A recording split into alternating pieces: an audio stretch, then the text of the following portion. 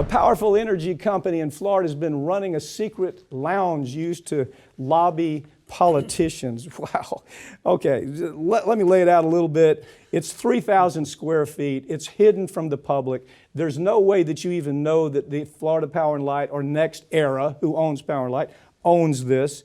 And it's been described by the politicians who go there and the lobbyists who go there is the nicest venue in Tallahassee that some people call Tallanasty, because there's not a lot of venues like they've built here. Well, and it is, the media did describe this very aptly as this is as close to the smoke-filled back rooms that, we've heard legends about as you're ever going to get, because that is exactly what this is. They bring in lobbyists, they bring in the politicians from right down the street at the Capitol. Regulators. Yeah, they bring in the regulators and they say, hey, come on in, have a couple drinks on me, look at this nice plush place. You have to have a special employee who has a key card access to even get in.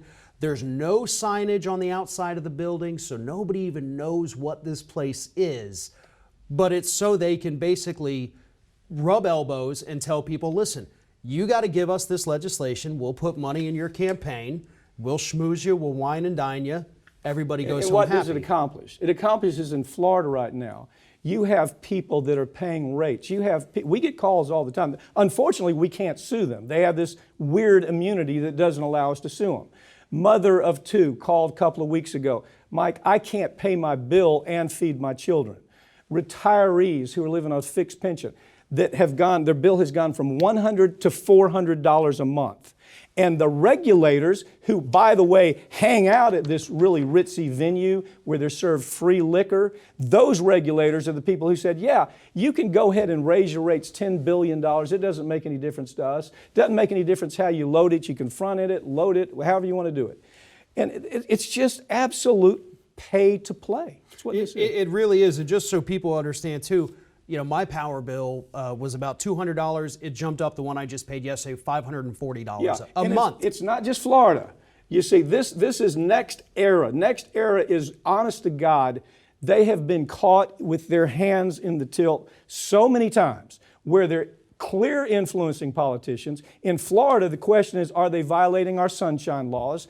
Are they violating a law that says you can't simply gift things like liquor and a venue like this to politicians, and you have to report when you're going to meet with our politicians. That's what this is. It's a closed-door meeting. And you know what?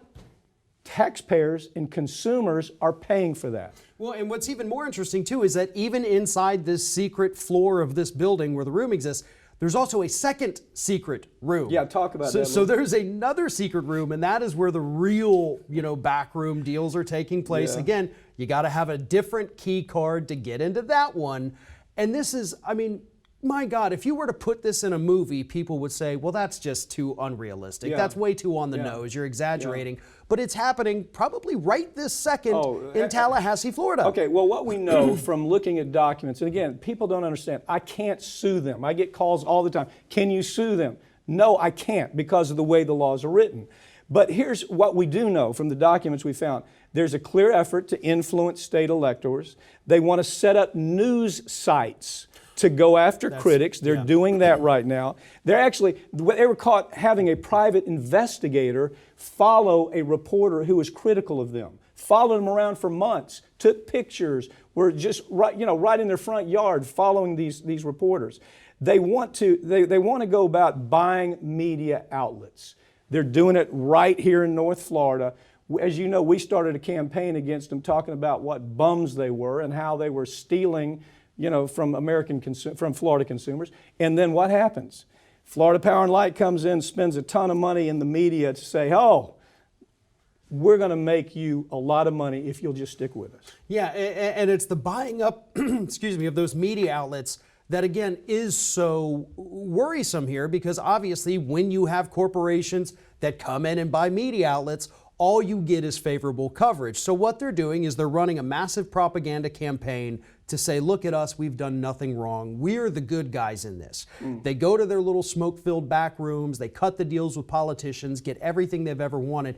I mean, this is mafia-like behavior that we're seeing. And you know, we're seeing the stories firsthand. Like you can afford that $500. But what if you are a single mother raising 2 kids, Right. and you have to decide, can I buy food for my children? Can I put clothes on their back for school, or do I pay this bill? And you know what? There is no compromise with these folks. If you go show up at headquarters and say, I want to talk to somebody, forget it. Forget it. You're not going to talk to anybody, and they certainly aren't going to cut you any breaks. Here's the good news. This is some good news. First of all, you have investment groups that are downgrading the value of their stock. Okay, they're doing that because they know this is getting ready to blow up. And my advice to people, do not invest into anything having to do with Florida Power and Light or anything having to do with NextEra, because it's getting ready to get upside down once all these stories really pick up momentum. You can now add dangerously contaminated water to the growing list of horrors in California.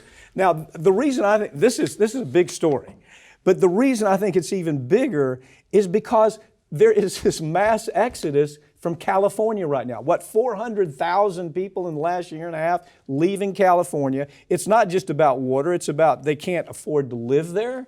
The housing is impossible, the taxes are impossible. The crime of all things is really driving people out of places like LA and San Francisco.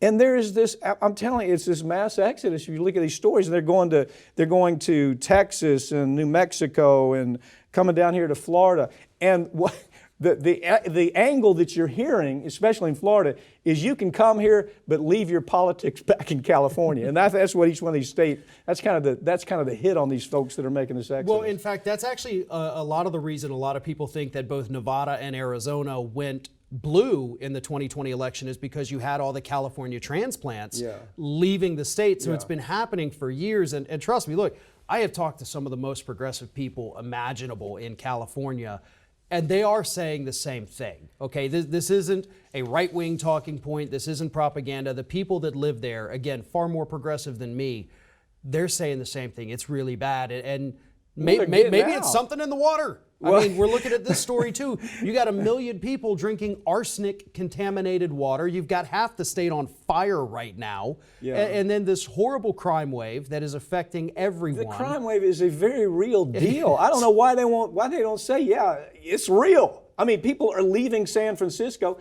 I saw an article the other day, CEO, one of the biggest corporations in America, gunpoint, robbed at his front door of his home. Yeah. He goes on TV and makes this huge statement, says, it's irreversible. We can't solve the crime problem. So, I mean, this is coming from a whole host of different areas.